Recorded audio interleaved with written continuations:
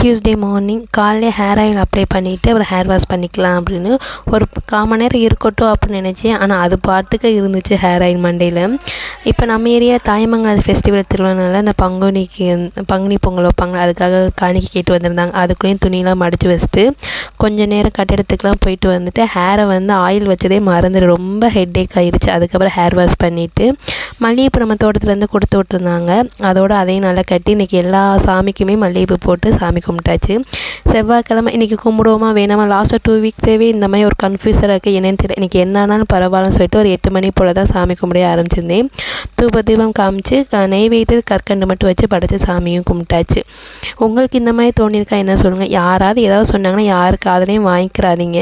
உங்களுக்கு என்ன தோணுதோ அதை மட்டும் செஞ்சுட்டு போங்க. யார் பேச்சை கேட்டிங்கன்னா இப்படி தான் நம்ம கன்ஃபியூஸராக நிற்கிற மாதிரி இருக்கும். அதனால் நான் கேஷுவலாக விட்டது. இப்போ எதுவுமே கேர் பண்ணிக்கிறது இல்லை. நெக்ஸ்ட் வீடியோ பார்க்கலாம். பாய்.